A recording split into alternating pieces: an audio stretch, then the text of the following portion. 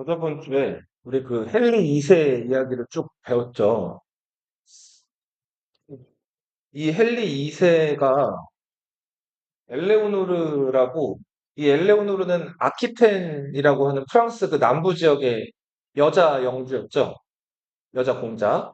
원래는 그 엘레오노르 집안 그 아키텐 가문이 이제 아들이 없었기 때문에 이 여공작이었던 엘레오노르가 이제 지금으로 치면은 14살 요 무렵에 여공작이 됐어요. 이 엘레오노르가 처음에 시집간 남자는 프랑스 왕이었죠. 그 프랑스 왕자였죠. 네. 그래서 그 루이 7세라는 사람이랑 결혼한 다음에 그 루이 7세와의 사이에서 딸을 둘 낳았었어요. 기억나요? 좀 오래전 얘기라서. 자, 근데 아무튼 아들을 낳지를 못했죠. 그리고 루이 7세랑 사이가 또 좋지를 않았단 말이에요. 그죠? 이 엘레오노르는 그 굉장히 활달하고, 네.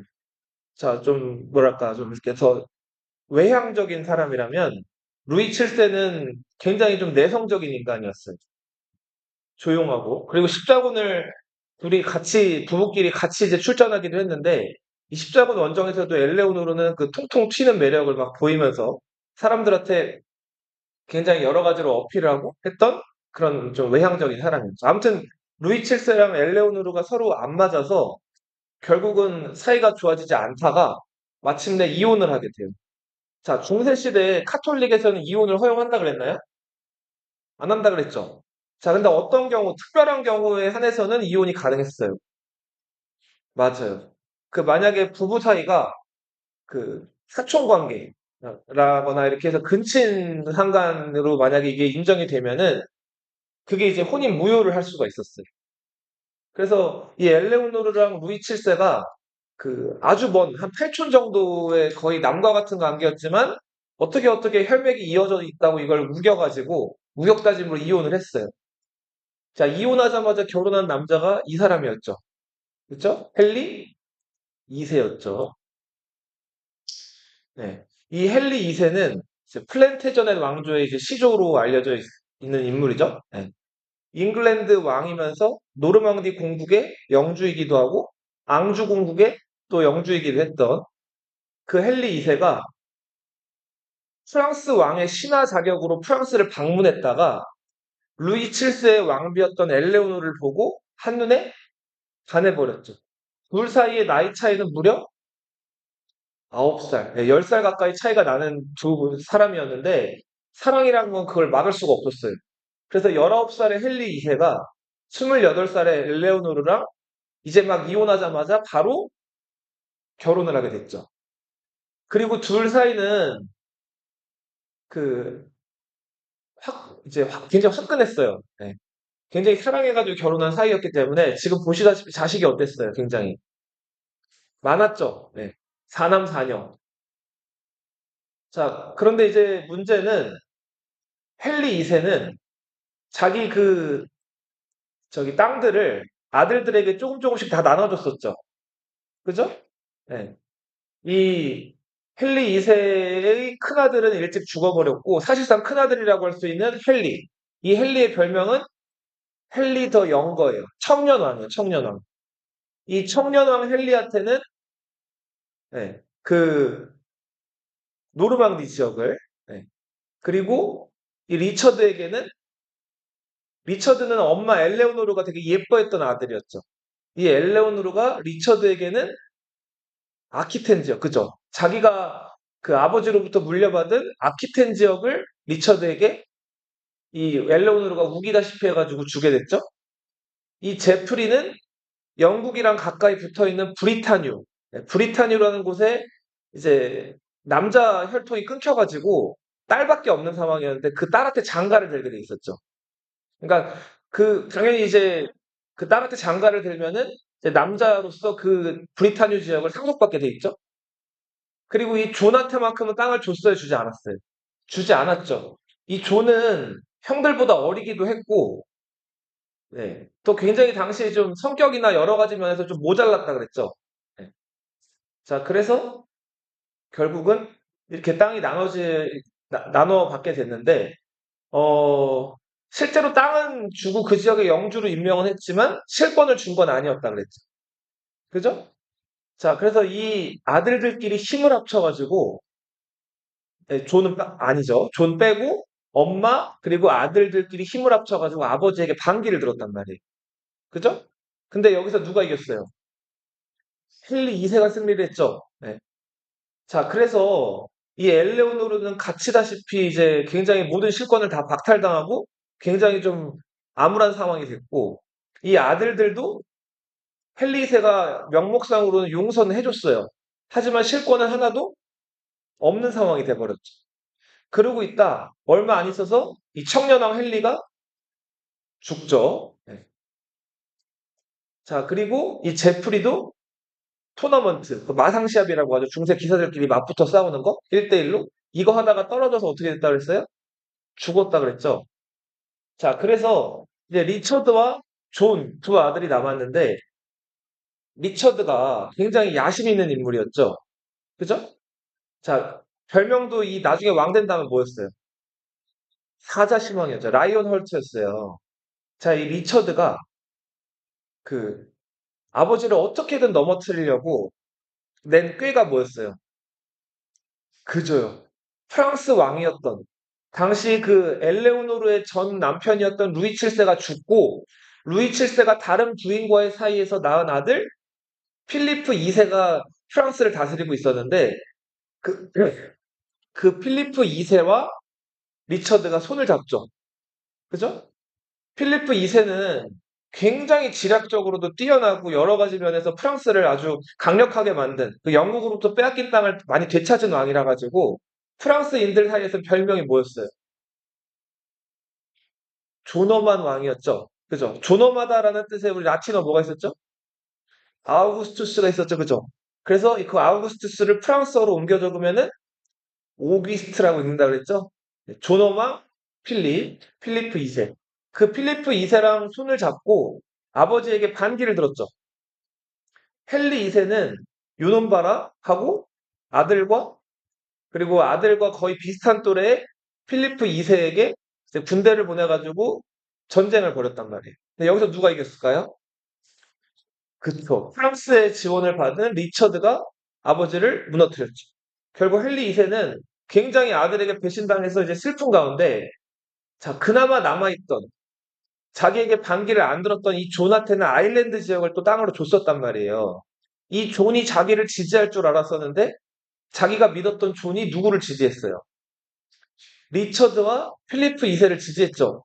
자, 그래서 결국은 헨리 2세는 전쟁에서 패배하고 쓸쓸한 말년을 맞이하게 돼요. 자, 헨리 2세가 죽고 나서 이제 잉글랜드의 새로운 왕이 된 사람이 누구죠? 리처드죠. 리처드는 별명에서 알 수 있듯이 굉장히 용감한 사람이었어요. 그래서 몸소 십자군 원정에 나가가지고 당시 이슬람 지역의 그 살라딘이라는 그 유명한 또 군주가 있어요. 그 군주랑 막 이렇게 계속 전쟁을 벌이고 전투를 직접 참여하기도 했죠. 자, 그러다가 결국 십자군 원정에서 큰 성과를 얻지를 못하고 다시 영국으로 돌아오는 길이었죠. 돌아오다가 리처드가 어떻게 됐어요? 지금의 오스트리아 지역, 예. 그 독일 지역에서 리처드가 그 독일 영주한테 붙잡히죠. 십자군 원정을 나갔다가 그 이슬람 지역에서 그 오스트리아 영주나 이런 사람들한테 좀 모욕을 줬는데 그게 화근이 돼가지고 아무튼 집으로 돌아오는 영국으로 돌아오는 길에 오스트리아 영주에게 잡혔단 말이에요. 그리고 오스트리아는 당시 신성 로마 제국의 지배를 받고 있었기 때문에 자 신성 로마 제국 황제한테 리처드를 넘기게 되죠. 영국에선 난리가 났죠. 당시 영국에서 이제 리처드가 잡히고 나서 리처드의 엄마였던 엘레오노르 그리고 유일하게 리처드가 만약에 잘못됐을 때 왕위를 이을 만한 혈통이었던 누구? 존. 그죠? 자, 근데 존은 내심 어땠다 그래요? 기뻤다 그랬죠? 자, 그동안 형들한테 눌려가지고 기도 못 펴고 자기는 땅도 못 받아가지고 막 실지왕이라는 별명이 있었잖아요. 그죠? 그래서 막 또 형들 막 말타기 하거나 이럴 때 자기는 말타기도 잘 못하고 하니까 형들한테 괜히 장난친답시고 막 진흙 같은 거 던지고 그랬다 그랬죠. 그리고 자기 뜻대로 안 되면은 막 침대 같은 데 위에 올라가가지고 방방 뛰고, 그죠? 소리 지르고, 예. 으아! 소리 지르고. 자, 이게 좋은, 좋다 그래요. 예. 주변에 그런 사람들이 있나요? 네. 네. 아, 그 존. 네. 자, 이 존이 이제 형이 잡혔는데 엄마는 빨리 형을 구해야 되잖아요. 그래서 돈을 마련해가지고 신성로마 제국 황제한테 이제 거래를 하려고 그랬어요. 이 돈을 보내줄 테니까 리처드를 풀어달라. 자, 근데 존이 이때 뒤로 사람들을 몰래 보내가지고 신성로마 제국 황제한테 야, 내가 돈 더 줄 테니까 형 풀어주지 말라고 돈을 몰래 찔러줬다 그랬죠. 자, 그 정도로 이 존은 좀 타락하고 좀 못난 인간이었어요.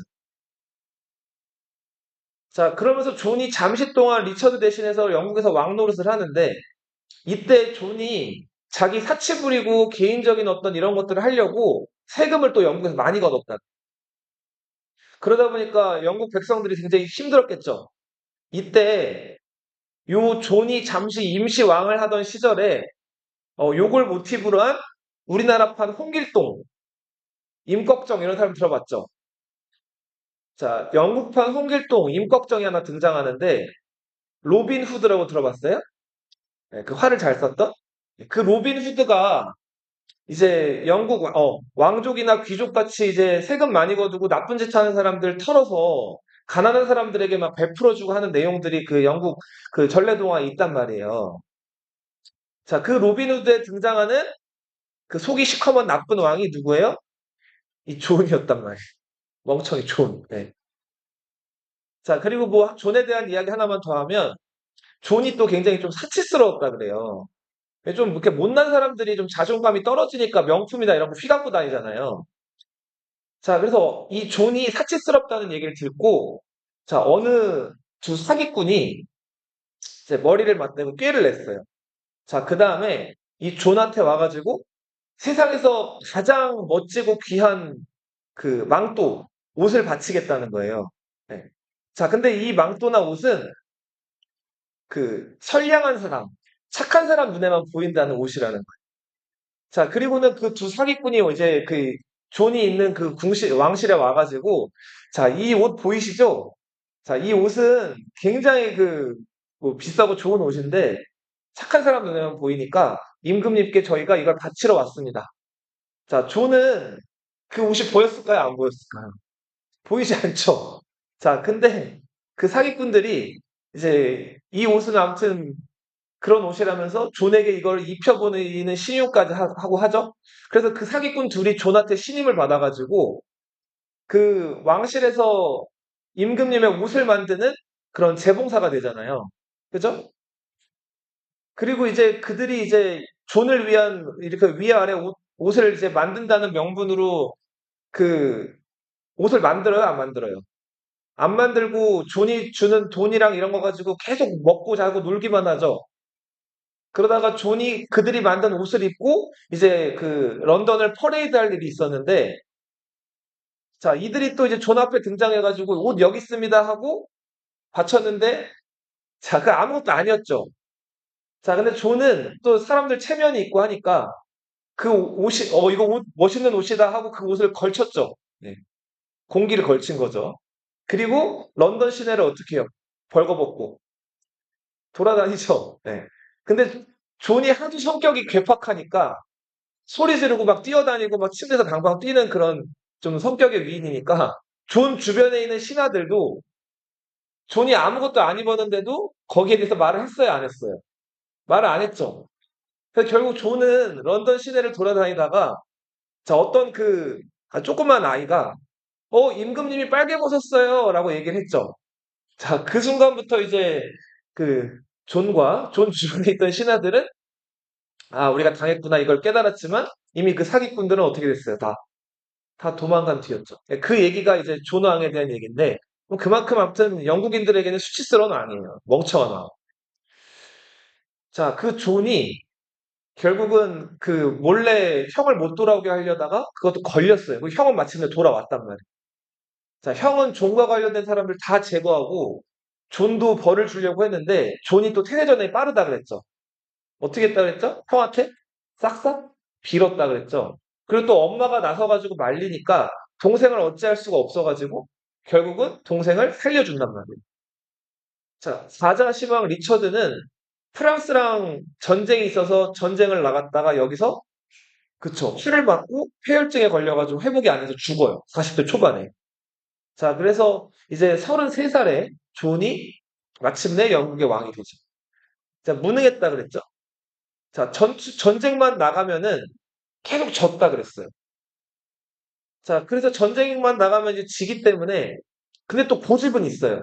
그러니까 어떻게 했다 그랬어요? 계속 전쟁을 이기려고 세금을 계속 걷었다 그랬죠? 그죠? 백성들은 굉장히 이 조낭 때문에 여기저기 시달리게 된다. 자, 그러던 존이 당시 영국에는 캔터베리라는 동네가 있었죠. 영국의 여러 지역 중에 그 캔터베리라는 곳에 교회가 있는데 이 캔터베리 교구의 대주교가 사실상 영국 교회를 이끌어가는 리더라고 봐도 무방할 정도로 막강했어요. 네. 지금도 여기 지금 보면 우리 수서동 성당 있고 또 일원동 성당 있고 개포동 성당 있고 섹션별로 교구별로 그 로마 교황청에서는 그 이제 성당을 만들고 여기다가 이제 성직자들을 보낸단 말이에요. 그죠? 이걸 소임권이라고 한다 그랬죠. 기억나요? 자, 근데 캔터베리 지역, 영국에서 영국 교회를 대표하는 그 교구가 캔터베리 지역이었는데 그 캔터베리의 그 성직자 임명을 이전에 영국에서는 보통 영국 왕들이 해왔었어요. 근데 캔터베리 지역이 성직자들 입김이 좀 세기 때문에 요 존 왕이 있을 무렵에 캔터베리 성직자들이 우리가 스스로 성직자를 선출하겠습니다라고 존 왕한테 얘기를 한 거예요. 자, 그래서 캔터베리 지역 서임권을 놓고 성직자들이랑 존 왕이랑 서로 물러서지 않는 이제 종교 갈등이 벌어져요. 존 왕이 이때 로마 교황청에다가 편지를 보내죠. 자, 지금 이런 상황인데 영국 왕들이 캔터베리 지역 교구를 서임권을 행사해 왔는데 어떻게 우리 지금 저 성직자들이 저렇게 나온다. 나를 도와달라라고 얘기했다. 이때 교황이 어떻게 얘기했을까요? 왕도 캔터베리 성직자들도 다 빠지고 캔터베리 그 교구의 대주교는 누가 임명하겠다? 교황 나 인노켄티우스 3세가 임명하겠다라고 얘기했죠. 자, 그래서 뜻하지 않게 이 교황이 네. 자, 그 서임권을 행사하게 된 거예요. 자, 그러자 이 존왕은 교황에 대해서 인정할 수 없다. 성직자 보낼 생각도 하지 마라. 자, 이런 식으로 또 교황과 물고 뜯고 싸우게 돼요. 자, 근데 교황은 막강한 사람이죠. 우리 요 지금 존 왕이 이렇게 멍청한 행동을 하고 있기 100년 전에 이미 신성로마 제국 황제가 한번 교황한테 무릎을 꿇은 적이 있었죠. 카누사의 고려. 자, 그 맥락에서 교황이 만약에 불만이 쌓이면은 어떤 행동을 했었어요? 그죠? 파문을 시켜버렸죠. 자, 존 왕을 파문시켜버리겠다는 거예요. 당시 파문은 에덴 동산에서의 추방, 곧 사형 선고를 의미한다 그랬죠? 그래서 존 왕이 결국은 여기 무릎을 꿇죠. 교황 특사가 왔을 때 여기다 무릎 꿇고 빌어요. 자, 그렇게 돼서 캔터베리 그 교구의 대주교는 교황이 임명을 하게 되죠. 그런 식으로 교황한테도 굴욕을 당하고요. 자, 계속 그 고집 때문에 거듭되는 전쟁을 벌였지만 전쟁에서 계속 져가지고 필리프 2세가 죽을 무렵에는 거의 지금 영국 땅이 거의 없죠. 예. 자, 요런 상황에서 계속 세금을 거두니까 귀족들이 화가 단단히 났다 그랬죠? 더 이상 그런 식으로 막무가내로 세금 거둘 생각하지 마. 하고 귀족들끼리 모여가지고 문서를 하나 들이밀었다 그랬어요. 그 문서에는 교황은 영국 왕은 세금을 거둘 때 귀족들이랑 상의해가지고 세금을 거둔다. 그리고 영국 왕 마음에 안 든다고 귀족들을 함부로 가둘 수 없다. 이런 내용들이 규정된 문서를 하나 들이밀었는데 이게 자 라틴어로 마그나 카르타라고 불리는 뭐죠? 이름하여 대 그쵸 대헌장이라고 하는 거였죠? 그죠? 자 여기까지 저번 시간에 좀 봤어요. 네. 저번 시간 얘기를 좀 길게 했는데, 우리 일주일 공백이 있어가지고. 자, 이후에 영국은 이제 존 왕이 이후로도 이제 몇 년 동안 왕을 더 하다가 죽고, 헨리 3세라는 존 왕의 아들이 왕이 돼요. 자, 헨리 3세도 뭐 이렇다 할 그렇게 능력이 탁월한 왕이 아니었어요. 그런데 아버지 때 영국 왕 입장에서는 아주 안 좋은 선례를 하나 남겼죠. 보통은 왕이 왕 마음대로 세금도 거두고 마음에 안 드는 사람 가두기도 했었잖아요. 근데 아버지가 너무 멍청해가지고 귀족들한테 어떤 문서에 서명을 해줬죠. 이 대원장에. 이게 계속 족쇄가 돼가지고 헨리 3세가 뭐만 하려고 하면 귀족들이 반발을 하는 거예요. 자, 그래서 헨리 3세는 귀족들 등살에 눈치가 보여가지고 제대로 자기 일을 할 수가 없었어요. 세금도 마음대로 거두기도 어려웠고, 자, 거둘 때마다 귀족들 눈치를 봤단 말이에요. 그래도 왕은 왕이죠. 자, 그래서 헨리 3세 때부터 이 귀족들이랑 왕이 첨예하게 대립을 해요. 그리고 또 한 번 헨리 3세가 세금을 자기 마음대로 거두려고 했을 때 귀족들이 자기 영지에 있는 군대를 모아가지고 임금이랑 싸우게 된단 말이에요. 내전이 벌어진 거예요. 이때 그 내전을 이끌었던 귀족파가 이 사람이에요. 누구? 시몽? 시몽드 몽포르. 자, 귀족파 대 왕당파. 왕을 지지하는 왕당파. 누가 이겼을까요? 귀족파가 승리를 해요. 자, 그래서 이 귀족파가 승리하면서 시몽드 몽포르가 런던에 와가지고 이제 그 국왕 앞에서 자, 대원장을 또 들이밀었고요. 자, 그러면서 이 대원장보다 한 단계 더 나아간 뭔가를 처음 시작해요. 뭘까요? 찍어보세요. 그 대원장 문서에서는 그냥 왕의 권리를, 물론 중요한 문서지만 왕의 권리를 기본적으로 좀 제약하는 몇 개의 문서 문장만 들어갔다면 시몽드 몽포르는 귀족, 성직자, 그리고 땅이 많은 뭐 대영주, 자, 이런, 아니면 전문직, 자, 이런 사람들을 모아가지고 그 사람들의 의견이나 이런 것들을 그 모아가지고 국왕에게 전달하는 그런 기관을 하나 만들어요. 자, 그게 의회라고 하는 거예요.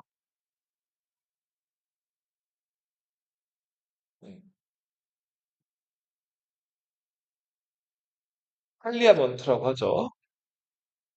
1265년. 저번 시간 써놓긴 했네요. 각 신분별 대표를 모아가지고, 네. 이들끼리 이제 토의를 해서 그 의견들을 왕에게 전달하는. 오늘날에 이제 국민들 의견 모아가지고 그 투표 붙이고 하는 그 의회 기능과 같죠? 네. 자, 이게 몇 년에 만들어졌다고요? 1265년에 만들어졌어요. 이로부터 영국은 계속해서 이제 그 국민들이 의원들을 선출해가지고 나라 중요한 일들을 결정할 때 이 의원들이 중심이 돼서 의회에서 어떤 정치적인 합의를 이끌어내는 이런 정치 전통이 이어져요. 오늘 지금 2026년이죠. 그죠? 대헌장이 몇 년이에요? 1215년이죠. 자, 그럼 2026 빼기 1215 하면은 대략 몇 년이에요? 2026 빼기 1215 하면 811년이죠. 자, 영국은 이렇게 그 의회 전통이 800년이 넘은 나라예요. 물론 이제 대헌장부터를 바로 의회라고 보기 좀 어려울 수도 있지만 아무튼 자, 이런 식으로 의회 전통이 굉장히 깊은 나라가 어느 나라다? 영국이에요, 영국. 우리나라도 지금 국회가 있죠. 그죠? 그 때 되면은 선거해가지고 국회의원 뽑고 그 국회의원 300명이 저 여의도에 있는 국회의사당에 모이잖아요. 그죠? 우리 대한민국 만들어진 게 몇 년이에요? 1948년 8월 15일에 대한민국 정부가 출범했죠. 그죠? 그러니까 몇 년 된 거예요? 52년 더하기 26년 하면 80년이 아직 좀 안 됐죠. 그죠? 그래서 그 너희도 TV 같은 거 보면 국회 모습이나 아니면 국회의원들이 나와가지고 막 그 뭐 국회의원들 모여서 막 법사위원회가 이런 거 열려가지고 막 자기들끼리 토론하거나 하는 거 보면 건설적인 내용들 얘기를 해요 서로 막 물고 뜯고 싸우죠. 그죠? 그래서 막 우리나라 그 국회 수준이 낮다 막 그렇게 얘기들 하잖아요 사람들이. 그죠? 반면에 영국이란 나라나 뭐 역사는 좀 더 짧지만 미국 같은 나라들 보면은 조금 덜 그렇죠. 이제 나중에 뭐 혹시 볼 기회가 있으면 볼 수도 있는데 그 좁은 그 의사당 공간에 모여가지고 의원들끼리 막 서로 대화를 나눠. 근데 우리나라처럼 그렇게 좀 막 정말 뭐 저열할 정도로 상대를 깎아내리거나 그러진 않거든요. 자, 조금 더 선진적이고 더 낫다는 그런 이유. 일단은 영국이 의회 역사가 훨씬 더 어떻다? 길다는. 자, 헨리 3세는 귀족들한테 진 다음에 평생 귀족들 눈치를 보다가 죽고 이제 그 아들이었던 에드워드 1세가 왕으로 즉위. 이 에드워드 1세는 잉글랜드 사람들한테는 아주 뛰어난 명군으로 알려져 있어. 근데 우리 영국에는 잉글랜드만 있는 게 아니죠. 웨일스, 아일랜드, 스코틀랜드 있죠. 그죠? 근데 이 에드워드 1세는 스코틀랜드, 웨일스, 그 아일랜드 사람들한테는 악마로 알려져 있어요. 악마. 자, 당시 스코틀랜드나 웨일스나 저 아일랜드 같은 지역은 아무래도 잉글랜드에 비하면 국력 면에서나 문화적으로 좀 뒤떨어져 있었어요. 자, 섬이 있으면 대륙이랑 더 가까운 쪽이 제일 가깝고 대륙 영향을 많이 받은 쪽이 잉글랜드죠. 그죠? 웨일스나 스코틀랜드나 아일랜드는 저쪽에 치우쳐져 있단 말이에요. 그러다 보니까 영국보다, 잉글랜드보다는 한 단계 문화적으로나 국력 면에서나 다 아래였어요. 그리고 얘네들은 스코틀랜드, 뭐 웨일스 이쪽은 여러 귀족들이 이제 땅덩어리를 나눠 가지고 있었단 말이에요.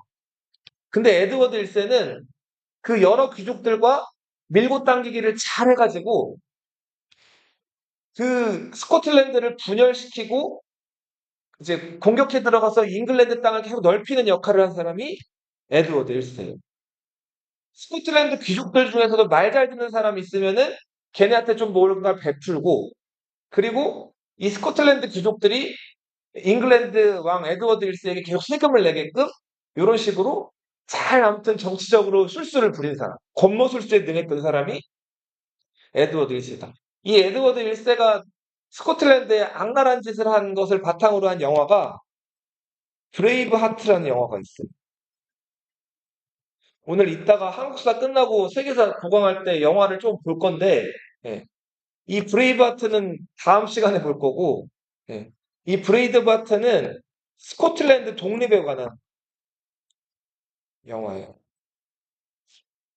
스코틀랜드 사람들에게 잉글랜드 왕 에드워드 1세는 뭐였다고요? 악마였어요, 악마. 별명은 꺽다리였어요. 키가 어땠을까요? 컸어요. 그래서 이 꺽다리를 롱생크라고 부르는데, 그래서 이 브레이브하트 영화를 보면은 에드워드 1세를 계속 롱생크 얘기. 꺽다리왕, 꺽다리왕. 네. 롱싱크라고도 하고. 네. 그리고 당시 스코틀랜드 귀족들을 이렇게 뭐랄까 아우르고 달래면서 이제 스코틀랜드 귀족으로부터 많은 세금들을 또 뺏어가는데 그 세금을 다 누가 내? 스코틀랜드 백성들이 내죠. 그 스코틀랜드 백성들한테 여러 가지 또 막 좀 이렇게 악랄한 짓들을 많이 하는데 대표적으로 에드워드 1세가 스코틀랜드 백성들에게 강요했던 그 악랄한 짓들이 이거예요. 프리마 목테. 이게 뭘까요? 자, 스코틀랜드 그 농노들 있겠죠? 결혼할 때, 예, 그 첫날 밤을 영국 귀족들이랑 혹은 왕족들이랑 잠자리를 가지게 하는 거예요. 이걸 무슨 권리라고 한다 죠 우리말로는 첫날 밤을 가져간다고 해서 초약권이라고 한다고 했죠. 이 프리마노테 당하는 게 막 싫어가지고 여기에 저항하다가 이제 스코틀랜드 억울한 백성들의 어떤 그 원한을 모아가지고 반란을 일으킨 유명한 인물이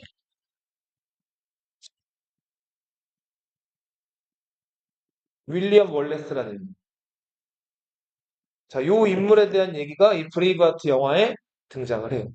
근데 아무튼 에드워드 1세는 여러 면에서나 악마 같았지만 정치는 굉장히 잘했던 왕이었어.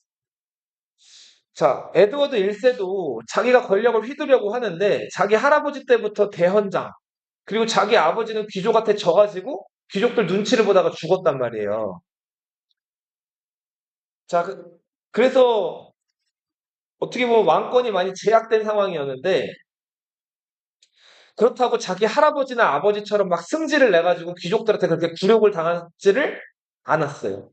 에드워드 1세는 아예 어차피 지금 귀족들이 저렇게 이미 입이 대자로 나와가지고 왕에게 이렇게 저렇게 요구를 하게 됐는데, 자, 저들이 그냥 저렇게 얘기하고 하는 거를 내가 그 왕으로서 저들이 모이는 의회나 이런 것들을 정기적으로 내가 주최해서 열어가지고 쟤네들이 그냥 목소리를 자기들 필요한 거 있으면 나한테 뭔가를 합법적으로 요구하게끔 그냥 그 틀, 그걸 만들어준단 말이에요. 그래서 에드워드 1세가 과거 시봉드 몽프르가 처음 이제 신분별 대표를 모아서 만들었던 의회를 정기적으로 개최하게끔 해요. 그 정기적으로 이제 개최된 그 의회를 영국사에서 뭐라고 부르냐면 모범의회라고. 1295년. 이전에는 꼭 중요한 일이 있거나 귀족들이 뭔가 꼭 필요한 일이 있어야만 이렇게 모였는데 이제는 왕의 주도하에 신분별 대표들이 이제 때마다 모이게 된 거예요. 정기적으로. 이 정기적으로 모이게 되면은 그 사람들 왕한테 뭔가 요구하겠죠. 그죠? 자기들 필요한 거. 근데 또 모두 할 수 있을까요? 왕도 그들에게 뭔가 명령을 내리거나 딜을 할 수가 있죠. 그죠? 자, 그렇게 해서 의회 전통을 만들어낸 인물이 에드워드 1세였다. 에드워드 1세가 14세기 초반에 죽는데 에드워드 1세의 아들이 에드워드 2세였어요. 이 사람은 그 유명한 좀 동성애자였어요. 예. 그래서 자기 아버지 에드워드 1세한테 미움을 되게 많이 받았어요. 당시 동성애를 한다는 것 자체가 카톨릭에서는 어떤 일일까요? 죄악이에요, 죄악. 성경에서도 동성애에 대한 그런 경고나 금기가 나오거든요. 근데 그걸 어기는 그 죄악인데 그런 것들을 서슴없이 저질렀던 에드워드 2세인데 이 에드워드 2세가 프랑스의 공주랑 결혼을 해요. 그 공주가 이자벨이란 공주예요. 이자벨 드 프랑스. 필리프 4세라는 프랑스 국왕의 딸이에요. 그리고 에드워드 2세와 이자벨 드 프랑스, 그러니까 프랑스 공주 사이에서 자식이 하나 태어나는데 그 자식이 에드워드 3세예요. 이자벨 드 프랑스, 그러니까 프랑스 공주에게는 오빠들이 셋이 더 있었어요. 그 오빠들은 다 왕자들이죠, 프랑스에. 그죠? 자, 뭐 제일 큰 오빠 루이 10세, 필리프 5세, 샤를 4세. 자, 이게 그 필리프 4세 다 아들들이었는데 필리프 4세가 죽고 나서 이 아들들이 차례로 왕이 돼요. 루이 10세, 필리프 5세, 샤를 4세. 근데 형제끼리 왕위가 이어졌다는 거는 아들이 있었다는 것과 없었다는 거. 아들이 없었단 말이에요. 그리고 샤를 4세가 마침내 죽으면서 자, 이 필리프 4세, 그 위로 올라가서 필리프 2세나 이런 군주들, 루이 7세 이런 군주들은 다 어느 왕조의 왕들이었죠?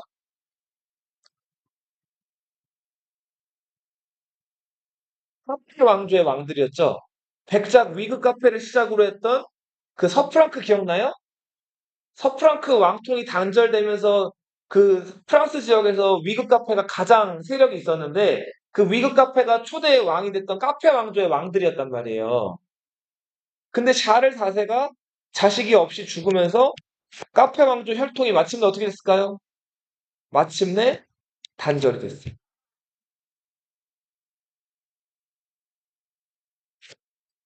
자, 필리프 4세 위로 올라가면은 필리프 3세라는 군주가 있는데 이 3세에게는 필리프 4세 말고도 발루아라는 자식이 있었어요. 필립 발루아. 자, 프랑스 카페 왕조 왕통이 단절됐을 때 영국에서 느닷없이 자, 이 에드워드 3세가 엄마 혈통이 뭐예요? 이자벨이죠. 프랑스 공주잖아요. 자, 에드워드 3세가 내가 프랑스 왕이다라고 하면서 주장을 하기 시작합니다. 반면에 자, 이 카페 왕조 혈통이 단절됐을 때 필리프 3세를 이어받은 이 발루아 가문이 프랑스 왕위를 이어야 된다 해가지고 이 발루아 가문도 왕위를 주장한다. 자, 프랑스 사람들이 영국 왕을 데려다가 프랑스 왕으로 삼고 싶었겠어요? 아니었겠죠. 그래서 이 발루아를 시작으로 카페 왕조가 이제 단절되고 무슨 왕조가 처음으로 열리게 된다? 발루아 왕조가 열리게 된다. 그리고 영국이 여기에 불복하면서 영국과 프랑스가 전쟁을 벌이는데 이게 그 유명한 무슨 전쟁이다? 백년 전쟁이다. 프랑스 왕위 계승을 놓고 벌어진 영국과 프랑스 간의 전쟁이다. 자, 이 백년 전쟁 얘기는 조금 이따가 할 거고요. 보세요. 자, 필리프 2세가 이렇게 영국으로부터 많은 땅을 차지해가지고 거의 필리프 2세 죽을 무렵에는 영국 땅이 이렇게 굉장히 적은 땅만 남았어요. 이 지역을 기엔 지역이라고 해요. 뭐라고요? 기엔 지역에 있는 중요한 도시가 보르도라는 지역이에요. 보르도. 보르도 혹시 들어봤어요? 엄마 아빠들이 혹시 얘기하는 거 못 들어봤나? 보르도는 뭘로 유명할까요? 프랑스 하면 떠오르는 거, 먹는 거. 포도, 와인이 유명해요. 보르도 뭐가 유명하다고요? 와인. 이 보르도는 가면은 다 포도밭이에요. 그리고 이 포도밭 오크 통나무통 같은 거 알죠? 이런 데다가 포도 저장해가지고 와인을 만들어내는데 와인을 1년에 1억 병씩 수출한다고 그래요. 완전히 와인의 도시라고 보시죠. 근데 이 금액이 또 보르도 와인이 또 맛이 또 좋다고 유명해가지고 여기가 굉장히 알짜배기 땅이었단 말이에요. 자, 프랑스 왕들은 여기 어떻게 하고 싶었을까요? 다시 찾고 싶었겠죠? 여길 영국이 가지고 있었어요. 네. 아직 그러니까 필리프 2세가 여기까지 못 찾은 거예요. 그리고 또 한 지역, 요 지역이에요. 요 지역. 요 지역은 플랑드르라고 불리는 지역. 무슨 지역? 플랑드르. 영어로 쓰면은 플랜더스라고. 플랜더스의 개 들어봤어요? 이 플랑드르는 지금의 네덜란드 지역이에요. 이 당시에는 네덜란드라는 나라가 있었다 없었다? 없었어요. 프랑스의 하나의 조그만 지역이었는데 이 지역은 뭐가 특산물이었냐면 모직물이 특산물이었어요. 모직물이 뭐예요? 양털 있죠, 양털. 양털을 꼬아가지고 실로 만든 다음에 이거를 천으로 만든 게 모직물이에요. 자, 영국으로부터 양털 수입해가지고 모직물 만들어내는 데 있어서 최고였던 게 플랑드르예요. 이 모직물 공업으로 돈을 많이 벌었던 지역이 플랑드르인데, 자, 이 프랑스가 이 플랑드르로부터 세금을 많이 걷어요. 그래서 플랑드르 입장에서는 세금을 많이 뜯기다 보니까 굉장히 싫었겠죠. 자, 근데 이 플랑드르의 엄청난 경제적인 이권이나 이런 것들을 호시탐탐 노리는 나라가 또 한 나라 있었는데 프랑스 말고 또 어디 있었을까? 섬나라? 영국. 그죠. 나중에 또 설명할 텐데 백년 전쟁의 또 하나의 원인이 된 게 요 플랑드르 지역에 모직물 공업의 지배권을 놓고 영국이랑 프랑스가 전쟁을 벌이기도 해요. 자, 14세기 초반 우리 아까 그 악마 같단 스코틀랜드 사람들한테는 악마 같았던 왕 에드워드 1세 기억나죠? 그 에드워드 1세 그리고 동성애자였던 왕 에드워드 2세 그 13세기 말에서 14세기 초반에 그 영국 왕들이 지배하고 있었을 무렵에 프랑스 왕은 이 사람이었어. 필리프 4세였어. 자, 여기 그리고 보면은 입은 옷에 좀 독특한 문양이 있죠. 이 문양은 백합이에요, 백합. 카페 왕조의 어떤 그 상징인 백합을 이제 그려놓은 그 옷인데 별명이 특이하죠? 무슨 왕? 미남 왕이었어. 얼굴이 아주 잘생겼다. 그래서 필리프 4세의 초상화가 지금 남아있는 게 이 초상화. 잘생겼나요? 잘 모르겠죠? 근데 아무튼 굉장히 외모가 좀 수려했다고 하고 아까 잠깐 언급을 했는데 필리프 4세의 여러 아들들 기억나죠?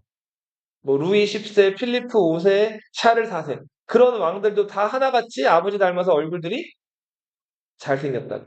그리고 딸이었던 그 여자 기억나요? 이자벨 드 프랑스? 그 이자벨도 아버지 닮아가지고 얼굴이 굉장히 예뻤다. 근데 영국 왕자였던 에드워드 2세한테 시집 갔는데 그 에드워드 2세가 뭐였다 그랬어요? 동성애자였다 그랬죠. 네. 그래서 그 이자벨이 굉장히 근데 또그 남편과의 사이에서 아들은 하나 낳았다 그랬어요. 그 아들이 에드워드 3세였다 그랬죠? 그죠? 근데 나중에 그 이자벨이 그 남편과 관계가 너무 안 좋아져가지고 남편이 동성애자라고 생각해봐요. 좀 끔찍하죠? 네. 그래서 그 이자벨이 나중에는 애인을 만들어요. 그래서 자기 애인이랑 그 남편한테 그 반기를 드린단 말이에요. 그렇게 해서 막 쿠데타가 일어나고 그 자기 아들이었던 에드워드 3세를 영국 왕으로 올리기도 하는데 아무튼 그런 상황. 자, 프랑스의 필리프 4세는 자, 어, 굉장히 좀 야심 있는 왕이었어요. 이 필리프 4세는 프랑스 국력을 어떻게든 더 떨치고 영국이 프랑스 안에서 가지고 있는 땅을 완전히 되찾을 야심이 있는 사람이었어요. 자, 영국이랑 전쟁을 하려는데 그럼 뭐가 필요할까요? 전쟁하려면 뭐가 필요해요? 돈이 필요하죠, 돈. 네. 자, 그래서 세금을 거두려고 하는데 자, 백성들 가난해요. 쥐어 짜내봐야 돈 나와요, 안 나와? 안 나오죠. 자, 그래서 세금 거둘 대상을 찾았는데 괜찮은 애들이 보이는 거예요. 이 사람들은 세금을 안 내왔어요, 그동안. 근데 재산은 많아요. 누굴까요?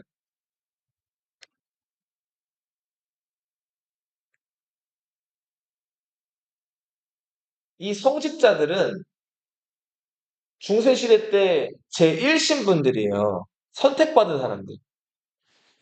그래서 교회, 성당들은 나라에 세금을 안 내요. 교회 헌금이나 기부 형태로 들어온 돈들은 그대로 교회가 다 가져가는 거예요.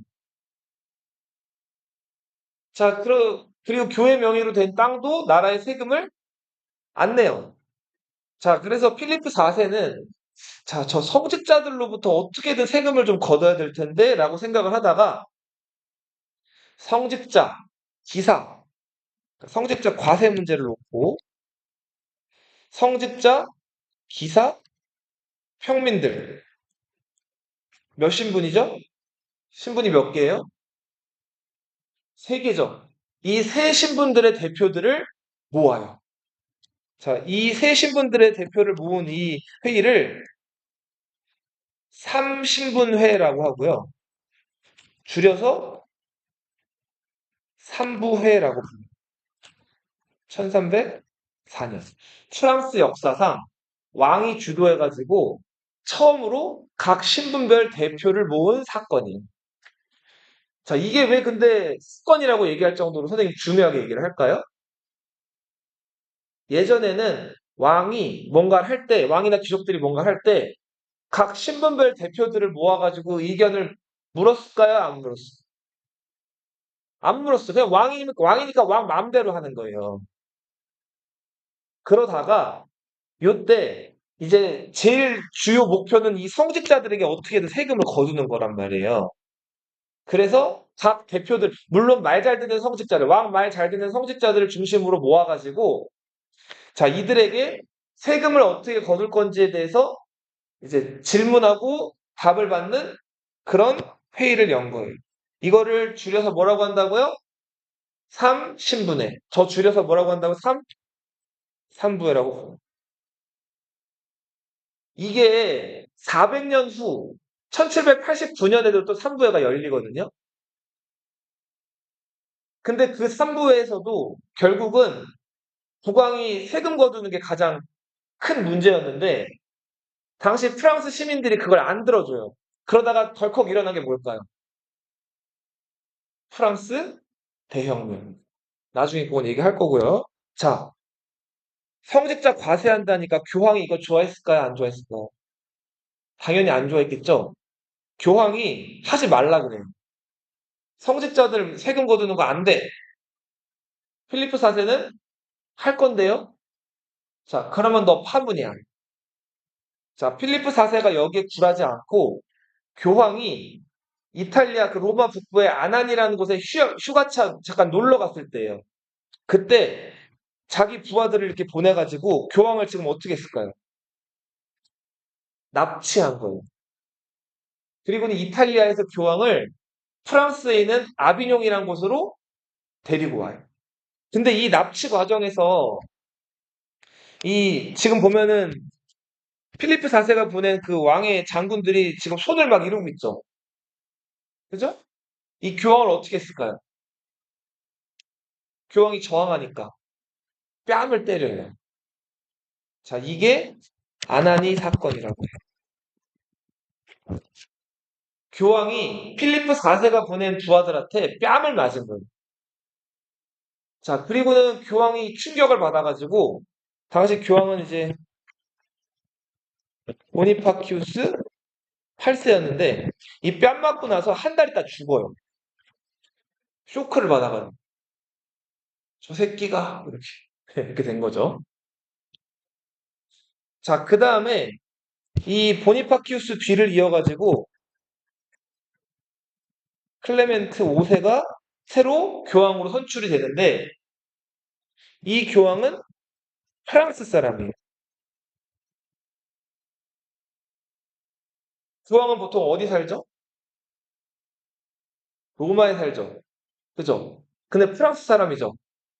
그래서 추기경들 회의에서나 이럴 때도 좀 여론도 안 좋았고 여러 가지로 눈치가 보여가지고 이 클레멘트 5세가 로마 교황청에 있지를 않고 프랑스의 아비뇽이라는 곳에 와가지고 교황 일을 한단 말이에요. 교황은 원래 신성한 존재고 어디만 있어야 된다고요? 로마 교황청에만 있어야 되는데 자기 신변의 위협이나 여러 가지 상황 때문에 어디 가서 생활했다고요? 아비뇽에 와서 생활하게 돼요.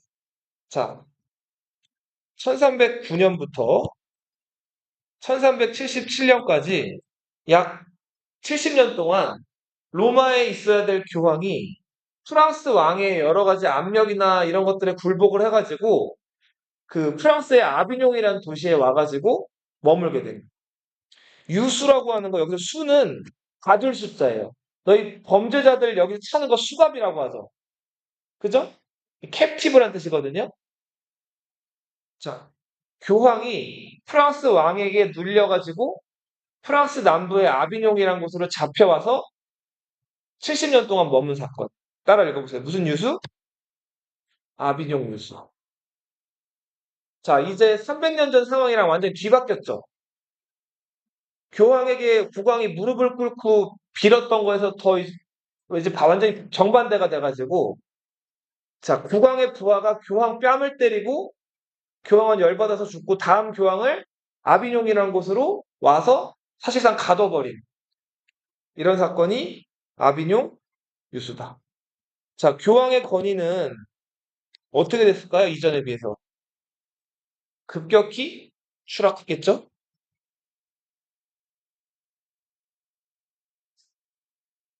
자, 아비뇽으로 교황이 옮겨가자 로마에서는 이거를 인정을 못하고 자기들끼리 다시 콘클라베라는 걸 열어가지고 교황을 새로 선출해요. 그래서 1378년부터 1417년까지 교황이 무려 동시에 4명이 존재하는 시기가 있었어요. 자, 이 시기를 교회의 무슨 시기라고 한다? 대분열이라고 불러요. 엉망인 거죠, 완전히. 네. 자, 당시 이 교회가 이렇게 분열된 엉망인 상황을 비판한 사람이 위클리프라는 사람이 있었고요. 후스라는 사람이 있었어요. 위클리프는 영국 사람이었고, 후스는 보헤미아. 보헤미아는 지금의 체코라는 나라 들어봤어요? 자, 위클리프는 성경을 영어로 번역하기 시작해요. 성경 번역하면 된다 그랬나요? 안 된다 그랬나요? 안 된다 그랬죠? 근데 영국인들은 영어 쓰잖아요. 라틴어 말고 영어 성경을 번역하기 시작해요. 자, 위클리프는 교황청에서 이단으로 낙인이 찍혀요. 하지만 영국에서 있었던 기 때문에 잡히질 않아서 죽지는 않아요. 자, 후스는 당시 교황이 저렇게 여러 명 뽑히고 성직을 매매하고 그리고 성직자들이 몰래 애인을 만들고 이런 상황을 직접적으로 비판했다가 교황청에 잡혀가요. 그 다음 어떻게 됐을까? 여기 나오는 것처럼. 어떻게 됐을까요? 화형을 당해요. 자, 후스가 화형당한 다음에 이제 교황청을 막 손가락질하고 욕하는 분위기가 있었는데 이 교황청에서 공의회를 열어요. 이게 콘스탄츠 공의회. 1414년부터 1418년. 자, 여기서 그 후스랑 위클리프 같이 교황청을 비난했던 사람들을 이단으로 특정을 짓고 교황청이 그동안 잘못해왔던 것들에 대해서 어느 정도는 인정을 해요. 그리고 교황이 한때는 4명까지 뽑혔죠. 다른 지역의 교황을 인정하지 않고 오로지 어디에서만 교황을 선출하기로 한다? 아비뇽 말고 로마에서만. 그죠? 로마에서만 교황을 선출하기로 하게 되죠. 자, 요 시기가 굉장히 중세의 거의 끝 무렵이면서 굉장히 좀 복잡하고 다양한 여러 가지 사건들이 많이 일어나는 시기예요. 그래서 요 다음 시간에는 요 같은 시기에 아까 100년 전쟁이 일어났다 그랬죠? 100년 전쟁이 일어났던 상황과 또 100년 전쟁과 이 교회 대분열이 일어난 시기가 겹치는데 요 무렵에 유럽을 강타한 또 쇼킹한 사건이 있었어. 자, 너희 6년 전 기억나요? 6년 전에 몇 살이었지? 2020년에? 학교 들어가기 전이었나? 유치원 다닐 때인가요? 그때 이 동네 살았어요? 안 살았어요? 살았어요? 그때 유치원 갔어요? 2020년에? 코로나였잖아. 코로나 처음 시작됐을 때예요. 기억나요? 2020년에? 그때 유치원이고 어린이집이고 학교고 다 열었어요? 못 열었어요? 못 갔죠, 그죠? 학교를 못 갔어요. 2020년 3월에. 코로나19잖아요. 19년 말에 우리나라 들어와가지고 2020년 초에 그 코로나 대유행해가지고 막 학교랑 다 문 닫았잖아요. 그죠? 너무 어렸을 때인가? 그리고서 1, 2년 동안 학교 잘 못 갔죠, 막. 처음 학교 1학년 때 기억나요? 그죠? 그 전염병 때문에 막 사람들 마스크 쓰고 다니고 되게 위험했잖아요, 그때. 대중교통 마스크 없으면 못 타고. 그죠? 기억 안 나요? 나죠? 유럽에서도 그런 사건이 있었어요, 14세기. 몽골이라는 나라 알죠?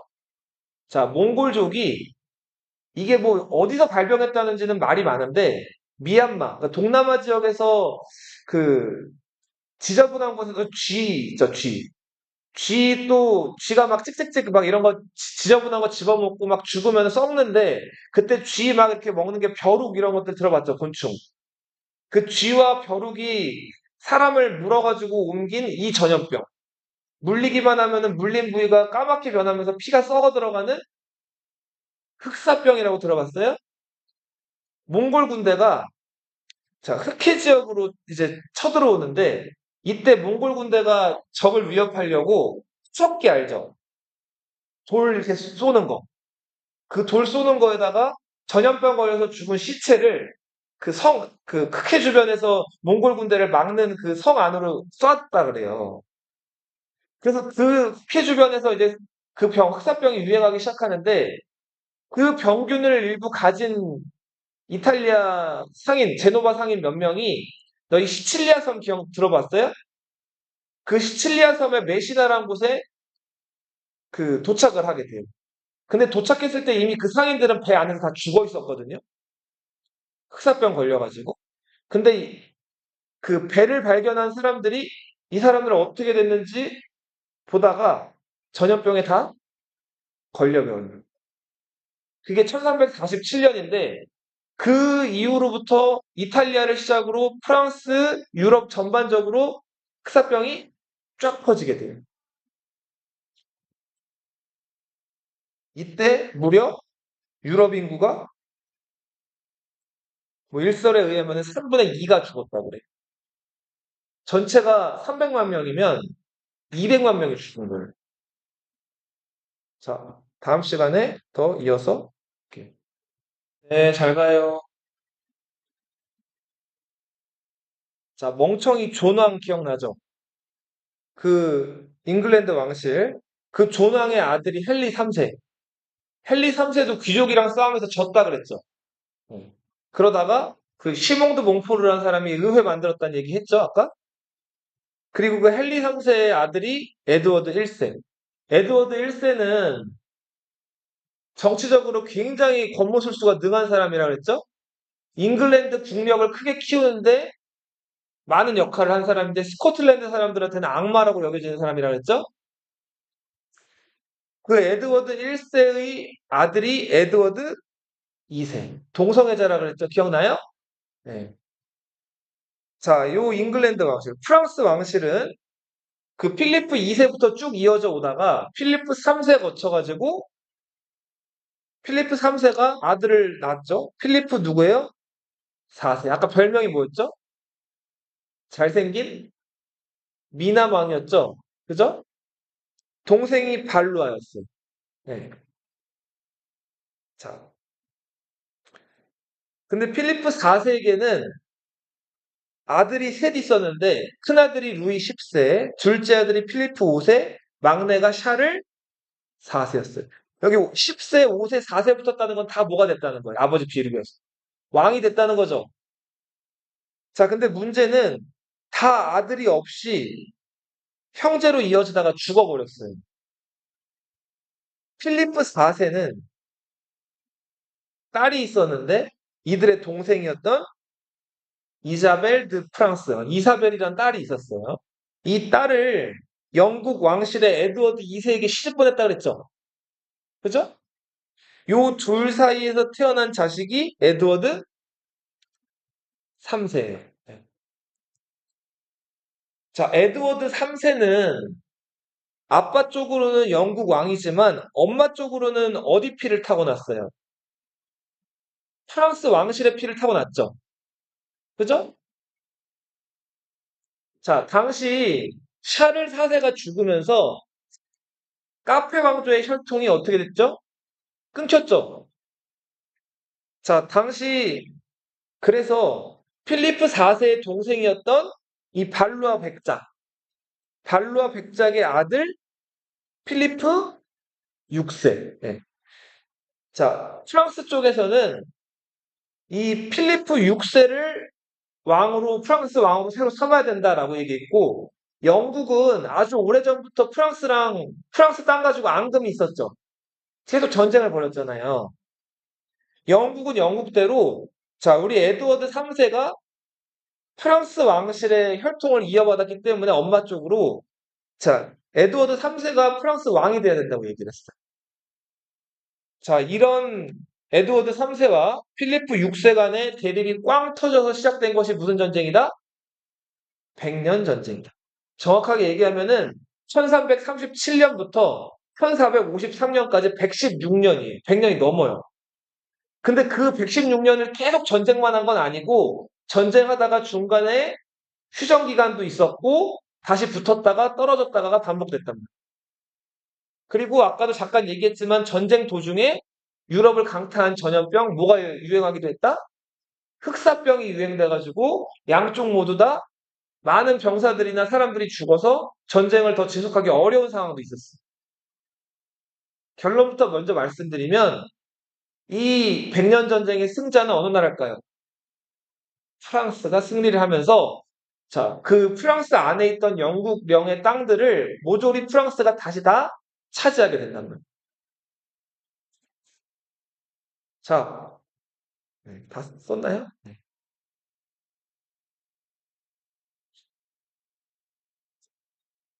자, 요 공연전쟁 관련돼 가지고는 아까 그리고 또 필리프 4세 얘기했던 거 중에서 필리프 4세가 교황이랑 사이가 안 좋았죠. 그죠? 필리프 4세가 어떻게 하려고 그랬어요? 세금을 거두려고 했죠. 성직자들한테. 교황은 찬성했어요? 반대했어요? 반대했죠. 그런데도 불구하고 필리프 4세가 3신분의 3부회라는 걸 소집해가지고 성직자들에게 세금을 거두었죠. 그랬더니 교황이 필리프 4세를 파문해버리고 그 과정에서 필리프 4세가 교황을 납치해가지고 교황이 굴욕을 당한 다음에 분노해서 죽죠. 그리고 이때부터 교황이 로마가 아니라 아비뇽에서 선출이 되잖아요. 이거를 무슨 사건이라고 불렀어요? 아비뇽 유수라고 불렀죠. 이렇게 70년 동안 아비뇽에서 교황이 선출되는데 자 여기에 불복해가지고 로마 추기경들이 로마에서 또 교황을 새로 선출해서 교황이 3명, 많을 때는 4명까지 존재하는 그런 대분열 시기가 있었죠. 자, 넘어갈게요. 백년 정쟁 당시에 그 프랑스 군대 주 무기였어요. 자, 여기 보세요. 여기 보면은 활이죠, 활. 활은 활인데 좀 독특하죠. 네. 자, 이 활은 석궁이라고 부르는 활이에요. 무슨 활? 석궁. 자, 이 석궁은 이 지금 보면 여기 걸쇠에 끈이 달려 있죠. 그죠? 근데 이 끈을 여기다 활을 끼운 다음에 자, 이렇게 당겨요. 그다음 이 걸쇠에다가 이 끈을 거는 거예요. 그리고 나서 이 아래에 있는 방아쇠 같은 걸 탁 누르면 어떻게 될까요? 활이. 앞으로 팍 나가겠죠? 자, 근데 보시는 것처럼 일단은 길이는 좀 어때요? 1m 20. 크긴 크죠? 그리고 무게도 6에서 8kg 꽤 무거운 편이죠? 그리고 더군다나 이거 지금 이 석궁의 이 줄 있죠? 세연아, 선생님 봐봐. 이 석궁의 줄을 여기 뒤에 당겨가지고 이 걸쇠에 거는 게 이게 엄청 힘이 많이 들어가요. 자, 그래서 지금 여기 보시면은 이 지금 석궁 쓰는 사람이 줄을 그냥 당기지 않고 어떻게 하고 있어요? 기구를 지금 감고 있죠? 이 석궁을 위해서 그 줄을 당기는 이걸 돌리지 않으면은 혼자 힘으로는 이 줄을 걸 수가 없을 정도로 이게 다루기가 힘들어요. 자, 이게 석궁이란 무기였어. 그다음에 그 연사 속도가 1분당 몇 발밖에 못 쏴요. 2발밖에 못 쏘죠. 한 발 이거 하는데 30초 걸립니다.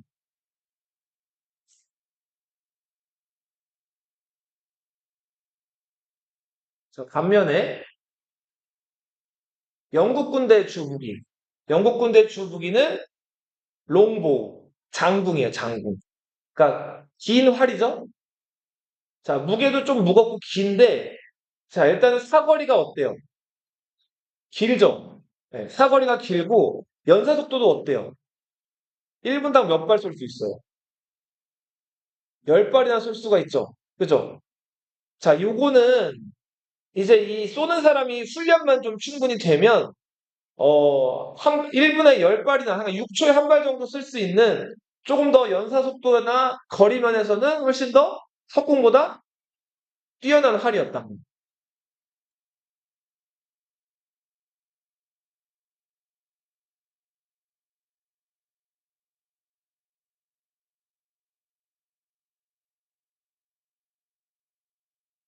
전쟁 초기에 네.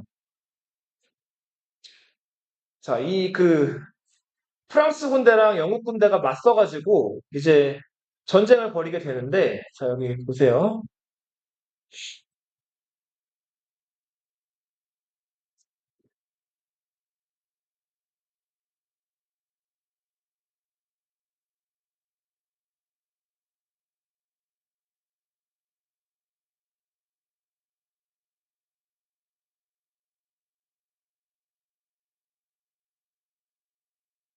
자, 전쟁 초기에는 아까 무기 지금 보여드린 것에 알 수 있듯이 어느 나라가 더 유리했을까요? 프랑스는 석궁이었고 영국은 장궁을 썼다 그랬죠?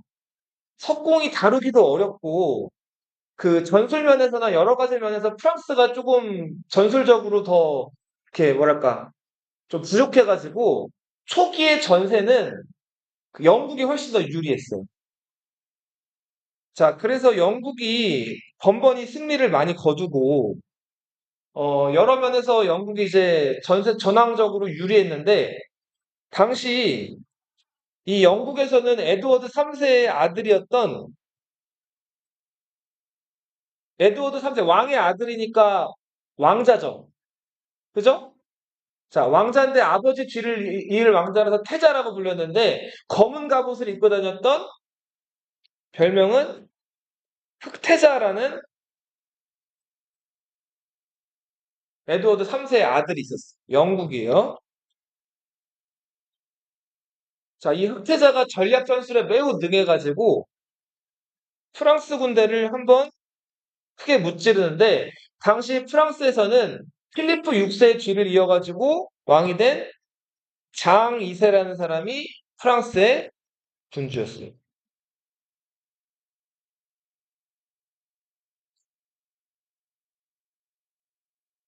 자, 당시 유럽에서는 기사도라는 게 유행했어요.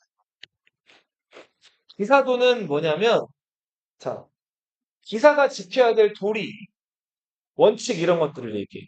선생님 봐봐. 자, 기사도의 대표적인 거. 적을 만나서 싸울 때 등을 보여서는 안 된다라고 하고. 등을 보이고 도망간다는 건 비급한 행동으로 여겨졌어요. 자, 그리고 기사도에 또 하나, 거짓말을 하면 안 된다. 그리고 여자나 약자를 괴롭혀야 돼요. 존중하고 지켜야 된다. 이게 기사도. 그리고 항상 교회 관련된 것들을 수호하고 보호해야 된다. 이게 기본적인 기사도의 핵심이었어요. 자, 장 2세가 이 흑태자와 전투를 벌이던 도중에 이 굉장히 전세가 불리해져서 이 당시 영국군에게 항복하는 사건이 벌어져요. 자, 왕이 항복하면은 완전히 진 거죠.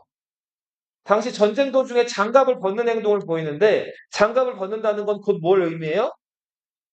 항복을 의미해요.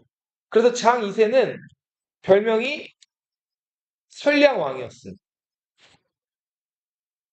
자, 항복을 했기 때문에 영국군에게 잡혀갔단 말이에요. 근데 요 당시 때는 그 항복을 했다고 하더라도 아무리 그래도 왕이잖아요. 왕들은 접대를 좀 잘해줬어요. 그리고 이때 프랑스 입장에서는 지금 왕이 잡혀간 거죠, 자기네. 그죠? 자, 아까 저번 시간에도 얘기했듯이 보통 잡혀가면은 이 당시 때는 다른 자기네 나라 왕 잡혀가면 어떻게 꺼내왔어? 그쵸. 돈 보내가지고 보통 그 빼왔죠. 당시 영국에서 프랑스에게 요구했던 금액이 그 300만 크라운이었다 그래요. 이 300만 크라운이란 돈은 황금 12톤이었다 그래요. 이거는 프랑스의 2년치 예산이었다. 자, 근데 이 큰 금액을 한 번에 지불할 수 있어요? 없죠. 그래서 결국은 장 2세가 이거를 좀 나눠 갖겠다는 어떤 그런 얘기를 하고 풀려나서 프랑스로 돌아와요. 대신에 자기 아들 둘이 자기 대신에 영국으로 잡혀간다. 자, 근데 시간이 지나도 그 큰 금액이 마련이 될까요? 안 될까요? 마련이 안 됐겠죠? 자, 마련이 안 되다 보니까 이 장 2세가 어떤 행동을 했을까요? 별명에서 알 수 있는데 어떤 왕이라고 그랬어요? 선량 왕이라고 했죠? 빚을 못 갚아요. 풀려 나왔는데. 근데 착한 사람이에요. 다시 영국으로 자기가 자처해가지고 잡혀가요. 예. 빚을 못 갚았으니까.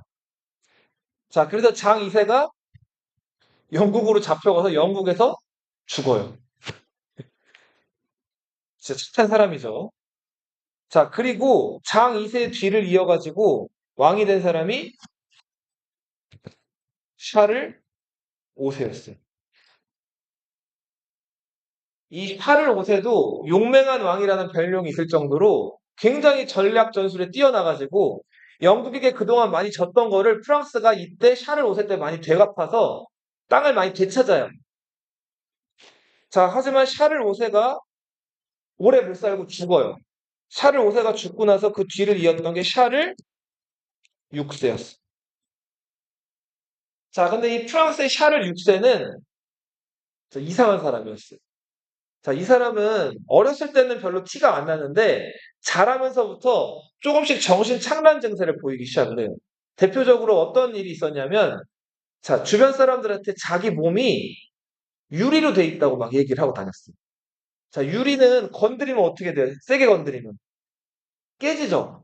그래서 샤를 6세는 자기 몸이 깨질까봐 자기 주변에 사람들이 못 다가오게 했어요. 그리고 자, 옷을 갈아입거나 잘못 이렇게 막 몸을 다루게 되면 또 몸이 깨질 수 있다고 믿어가지고 5개월 동안이나 옷을 안 갈아입었다. 목욕도 안 하고. 자, 그렇게 해서 샤를 6세는 거의 궁에 자기 그 침실 안에 거의 항상 갇혀 있다시피 나오지도 않고 엉망으로 생활했다. 자, 이렇게 왕이 제 역할을 못하는 가운데, 자, 이 영국에서는 한참 뒤에 시간이 지나가지고 헨리 5세라는 군주가 등장을 해요. 이 헨리 5세는 그 헨리 5세만 가지고 다룬 연극이나 영화가 있을 정도로 굉장히 뛰어난 군주였어요. 자, 그래서 이 백년 전쟁에서 이 프랑스로부터 많은 승리를 거두고 많은 땅을 빼앗은 전략 변술에 뛰어난 왕이었단 말이에요. 자, 그래서 이 프랑스가 이 헨리 5세 때문에 굉장히 어려움을 겪고 있었는데, 그 당시 이제 자, 지금 프랑스 보면 여기가 지금 영국령이에요. 그리고 요 지역은 여기 지금 색칠된 지역은 부르고뉴령이라고 나와 있죠? 너희 그 부르고뉴 혹시 기억날지 모르겠는데 게르만족에 이동할 때 이 부르고뉴를 그 당시에는 부르고뉴라고 안 부르고 영어식 표현으로 뭐라고 불렀죠? 버건디족이라고 불렀죠. 버건디 색깔 기억나요? 와인 색깔? 네. 이 버건디를 이쪽 언어 프랑스어로 읽으면 부르고뉴라고 읽는단 말이에요. 이 부르고뉴도 카페 왕조의 그 한 일원이면서 이 지역을, 그러니까 프랑스의 한 일원이었는데 이 부르고뉴는 항상 카페 왕조랑 라이벌 관계였어. 그러니까 명목상으로는 카페 왕조의 제후고 신하긴 한데 항상 카페 왕조의 왕위를 호시탐탐 노리는 제후국이었다고 보면 돼. 이렇게. 자, 근데 이 부르고뉴 공국령에 그 동레미라는 곳이 있는데,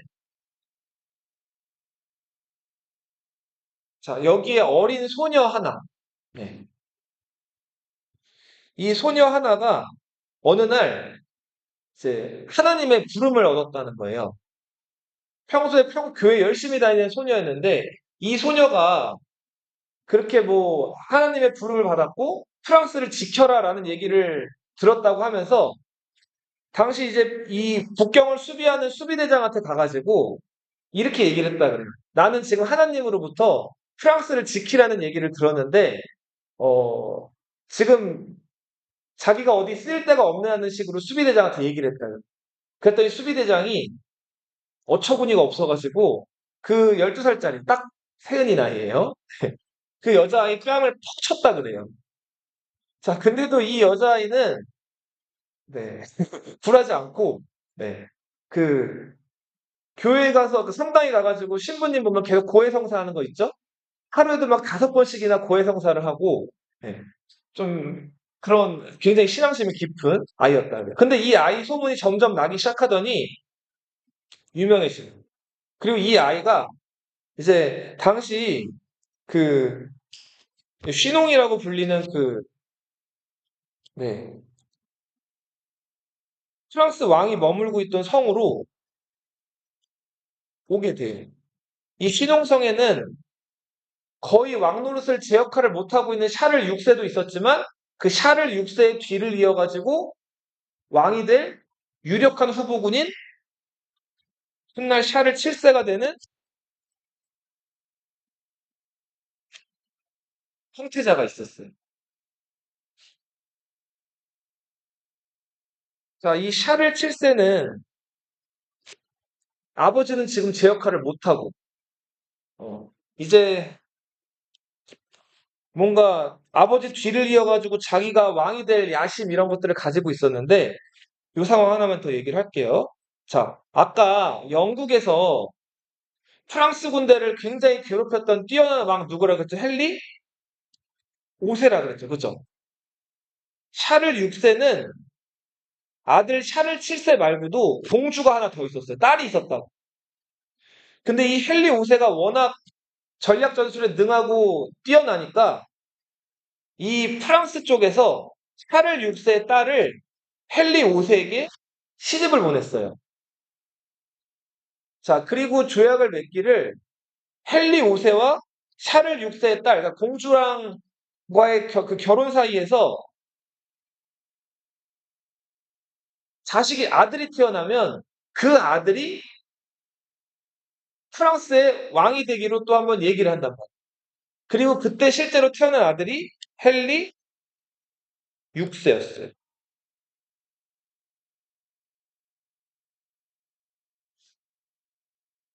자, 샤를 6세의 아들이었던 샤를 7세 입장에서는 잘못하면은 프랑스를 자기 그 외조카뻘인 헨리 6세에게 뺏길 상황이었던 거예요. 자, 근데 이런 상황에서 아무튼 신의 부르심을 얻었다는 하나님의 얘기를 들었다는 누가? 여자아이가 자기를 찾아온 거예요. 자, 그 여자아이의 이름은 잔다르크라는 여자아이였어요.